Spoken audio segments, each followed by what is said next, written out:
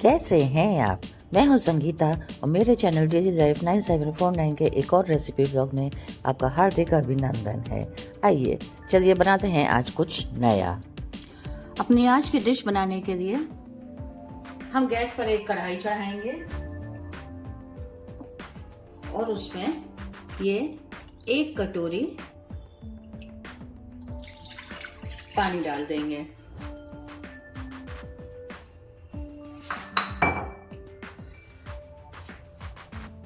अब इसमें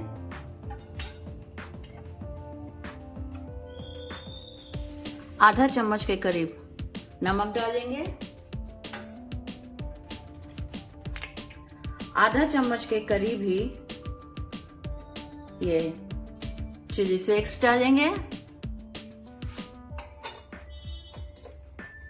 थोड़ा सा ये धनिया पत्ता डाल देंगे और अब इसमें इस पानी में इसको अच्छे से चलाकर इसमें एक उबाल आने का वेट करेंगे। पानी अच्छे से खौल गया है। अब इसमें ये हम आधी कटोरी के करीब सूजी डाल देंगे और इसको लगातार ऐसे चलाते रहेंगे। हमें ये मेजरमेंट याद रखना है कि हम आधी कटोरी अगर सूजी ले रहे हैं तो उसमें हमें उसका डबल यानी कि 1 कटोरी पानी डालना है। बस अब इसको लगातार चलाते हुए इसका हम एक डो जैसा तैयार कर देंगे।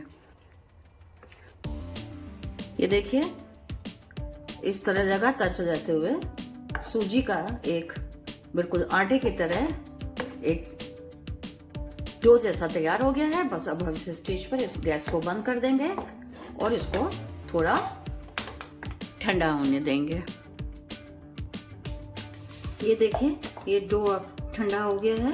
बस इसको हम ऐसे अच्छी तरह समेट देंगे, ऐसे करके इसको थोड़ा मसल के चिकना कर देंगे।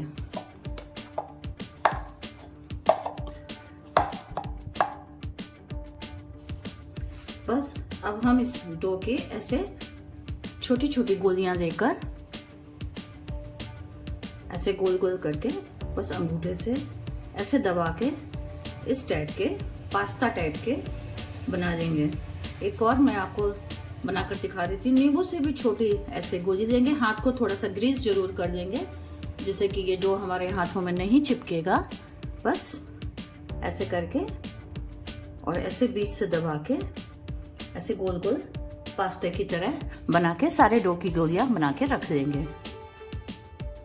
ये देखिए, मैंने सारे डो की इस तरह से ये पास्ता कह लीजिए, गोली कह लीजिए, सब्जी कह लीजिए, जो भी ये बनाकर तैयार कर दी है। बस चलिए अब हम अपने आगे के प्रोसेस पर चलते हैं।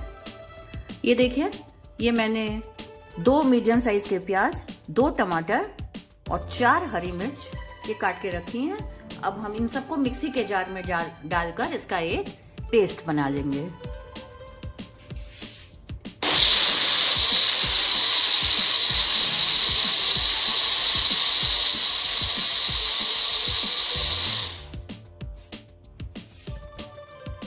तो बस ये हमारे पास्ता बनके तैयार है। अब हमने ये गैस पर एक कढ़ाई चढ़ा दी है, उसमें थोड़ा सा ऑयल डाल दिया है और ऑयल जब थोड़ा सा गर्म हो जाएगा तो हम इसमें ये आधा चम्मच के करीब हींग डालेंगे, आधा चम्मच के करीब ही ये जीरा डालेंगे,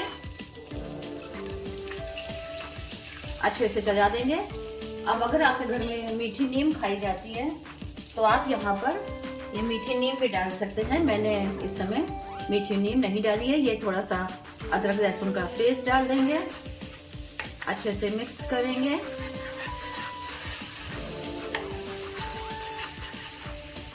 अदरक लहसुन का पेस्ट थोड़ा सा अच्छे से भुन गया है तो बस अब इसी स्टेज पर हम इसमें ये प्याज टमाटर वाली अपनी ग्रेवी जो हमने जिसका पेस्ट बनाया था वो डाल देंगे और इसको कम से कम 5 से 10 मिनट तक अच्छे से भूनेंगे। इसमें कोई टाइम का वो लिमिटेशन नहीं होता है, जितनी जल्दी आपका ये घी छोड़ने लगे और अच्छे से भुन जाए बस उतनी देर हम इसको भूनेंगे, फिर इसमें बाकी के मसाले डालेंगे।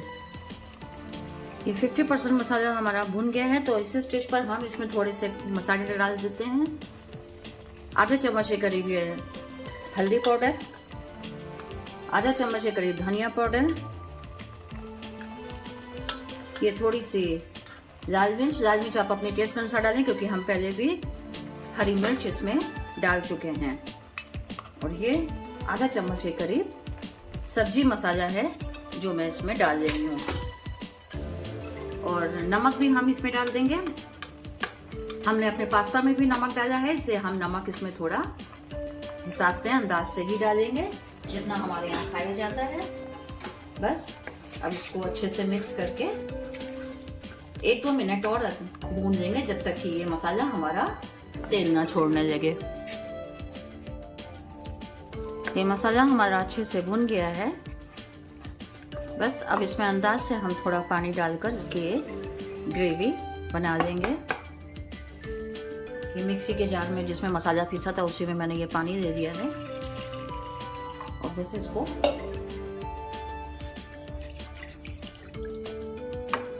ऐसे चला देंगे। और इसको अब ढक के कम से कम 5 से 7 मिनट तक इस ग्रेवी को अच्छे से पकने देंगे। हमारी ग्रेवी में एक बॉयल आ गया है, बस अब हम इसको ढककर कम से कम 5 मिनट तक अच्छे से पकने देंगे।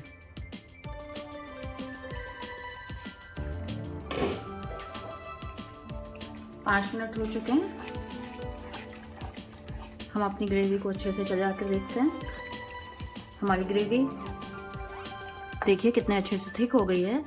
बस इस स्टेज पर अब हम इसमें अपने ये जो हमने ये पास्ता बना के रखे थे ये डाल देंगे, और इनको 3 से 4 मिनट तक बस ऐसे ही खोलने देंगे, जब तक कि हमारी ग्रेवी हमारे इन पास्ताज में अच्छे से मर्ज नहीं हो जाती।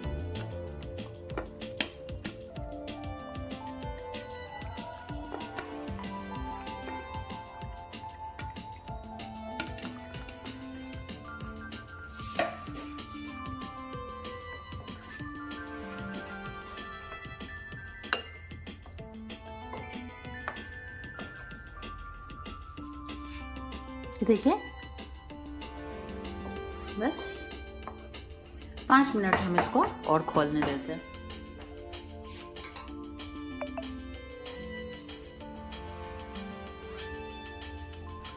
अब यहाँ पर एक बात और भी ध्यान देने वाली है कि इसको कई तरीके से बनाया जा सकता है। जैसे मैंने आज बनाया सिर्फ प्लेन पास्ता के साथ, हम ऐसे भी बना सकते हैं, और इसके साथ ही इसमें अगर आप जो भी वेजिटेबल्स और ऐड करना चाहें तो वो भी कर सकते हैं। जैसे कि मटर है, गाजर है, जो भी सीजनल वेजिटेबल्स आप इसमें ऐड करना चाहें वो ऐड कर सकते हैं। ये खाने में उतनी ही टेस्टी लगती है।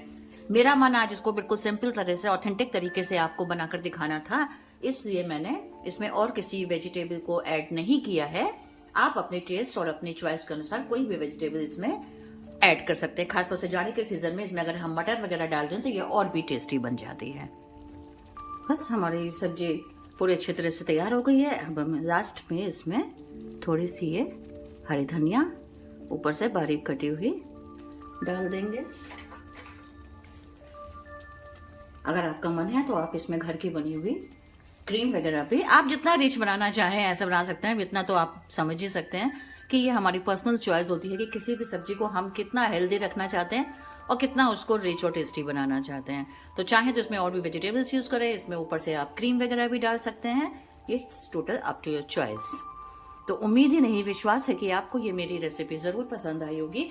ये घर के ही बेसिक सामानों से बनी हुई, जब घर में हमारे पास हमारी फ्रिज में कोई और सब्जी ना हो तो हम इसको 5-10 मिनट में 10 मिनट में हम इसको आसानी से बना सकते हैं।